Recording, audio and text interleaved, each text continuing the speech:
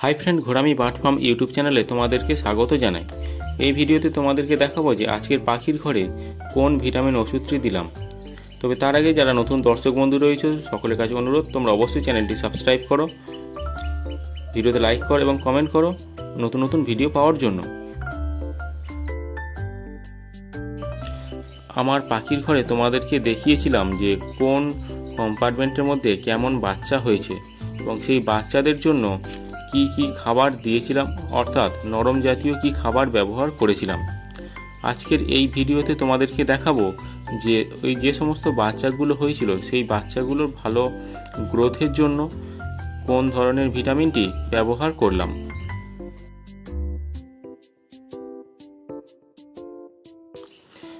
এখন যে পাখিগুলো দেখতে পাচ্ছ এগুলো কিন্তু যে সমস্ত পাখির বাচ্চাগুলো একটু বড় হয়েছিল সেই বাচ্চাগুলোকে একসঙ্গে নিয়ে আলাদা করা হয়েছে এবং এই আলাদা করা বাচ্চাগুলোকে বিশেষভাবে ট্রিটমেন্ট করা হয়। এই যে জলগুলো দেওয়া হয়েছে সেই জলের মধ্যেও ওই ভিটামিনটি দেওয়া হয়েছে যাতে বাচ্চারা নিজেদের মতো খেতে পারে।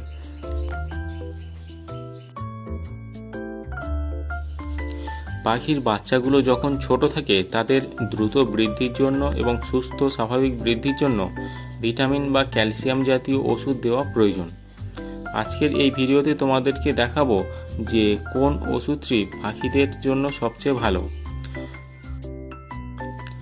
দেখো, এই যে পাখির বাচ্চাটি রয়েছে এখানে কিন্তু দেখতে পাচ্ছি যে 2-3 থেকে 4টি বাচ্চা রয়েছে এবং সেই বাচ্চাগুলোকে কিন্তু ফিমেল পাখিটি আগলে রেখেছে।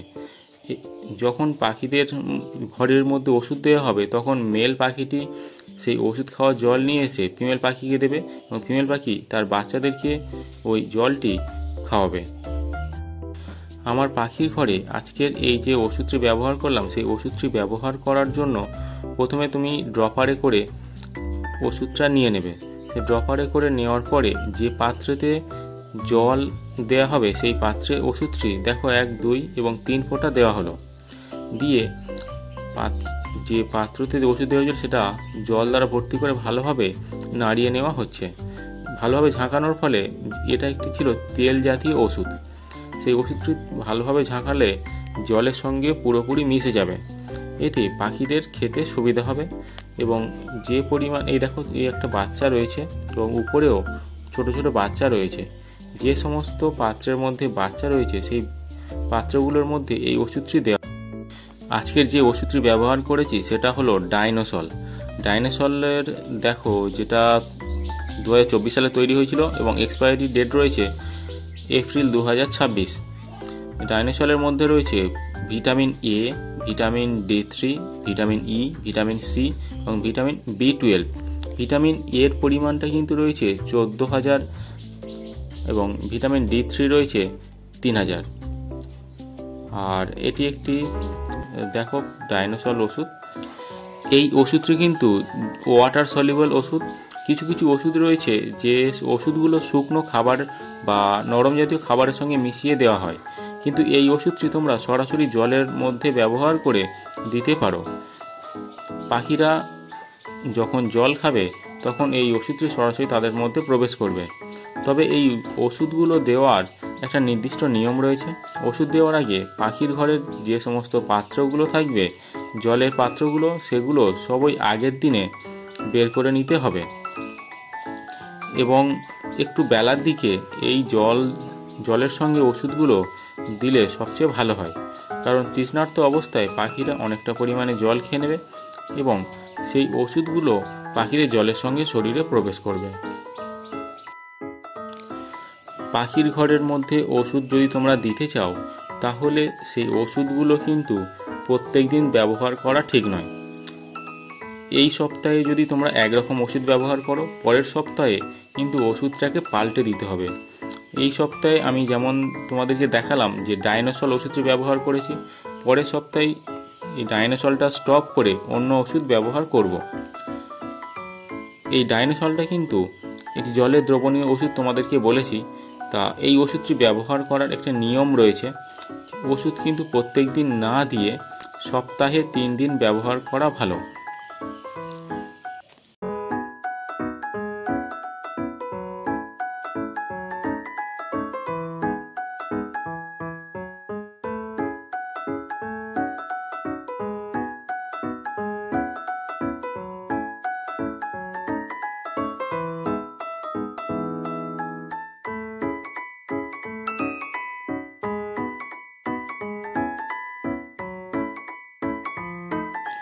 যখন পাখির যে মাটির পাত্রগুলো থাকে সেই পাত্রগুলোতে যখন ডিম থাকে তখন কোনো ওষুধ তোমরা ব্যবহার করবে না। ডিম থেকে যখন বাচ্চা তৈরি হবে সেই বাচ্চা তৈরি হওয়ার পরে এই সমস্ত ওষুধগুলো ব্যবহার করতে পারো। তবে শুধু ভিটামিন জাতীয় ওষুধ না ব্যবহার করে ভিটামিন এবং ক্যালসিয়াম দু ধরনের ওষুধ পাখিদের ক্ষেত্রে খুবই প্রয়োজন। ভিটামিন ওষুধটি পাখিদের বৃদ্ধির জন্য সাহায্য করে এবং ক্যালসিয়াম ওষুধটি পাখিদের হাড় মজবুত করতে সাহায্য করে। কিছু কিছু ক্ষেত্রে দেখা যায় যে ক্যালসিয়ামের অভাবে পাখিদের যে পাগুলো থাকে সেই পাগুলো বেঁকে যায়, অথবা ঠোঁটেরও প্রবলেম হয়, অনেক ক্ষেত্রে ঠোঁট অনেকটা বড় হয়ে যায়। সেই ক্ষেত্রে ক্যালসিয়াম জাতীয় ওষুধটি ব্যবহার করলে ওদের ঠোঁটের খুব একটা বৃদ্ধি হয় না এবং পায়ের হাড়গুলোও মজবুত হয়।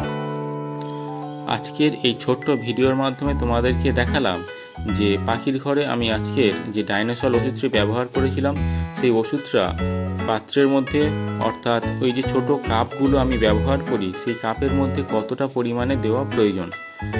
একটা ড্রপারে করে ওষুধ নিয়ে সেই ড্রপার থেকে 3 ফোঁটা ওই ছোট কাপে দিয়ে পুরো কাপটা কিন্তু জল দিয়ে ভর্তি করে দেবে না, অল্প পরিমাণে জল দেবে এবং বেলার দিকে একটু যখন 12টা বা 12:30 বাজবে তখন যদি জল ফুরিয়ে যায় আরও কিছুটা পরিমাণে জল দেওয়া যেতে পারে।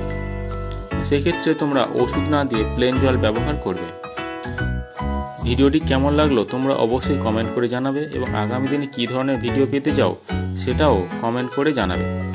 ভিডিওটি শেষ পর্যন্ত দেখার জন্য সকলকে অসংখ্য ধন্যবাদ।